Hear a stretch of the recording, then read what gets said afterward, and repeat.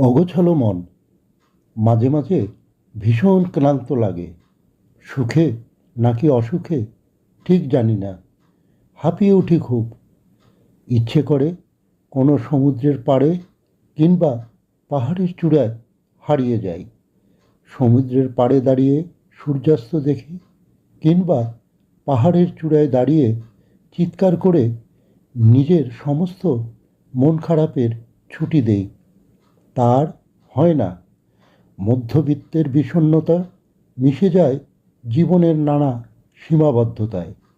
এত সবের ভিড়ে কখনো কখনো জীবনটাকে ভীষণ বোঝা মনে হয়। কেমন যেন কোনো কিছুতেই টান নেই। সব কিছু থেকেই আগ্রহ হারিয়ে যাচ্ছে আস্তে আস্তে। সময় ঠিকই চলে যাচ্ছে, তবুও মনে হয় আমি যেন আটকে আছি জীবনের কোনো এক অচেনা কানাগলিতে। জীবনের এমন একটা নড়বড়ে সিচুয়েশনে আছি, যেখানে এক প্রহর আনন্দে কাটলে এক ঋতু কেটে যায় বিষণ্ণতায়।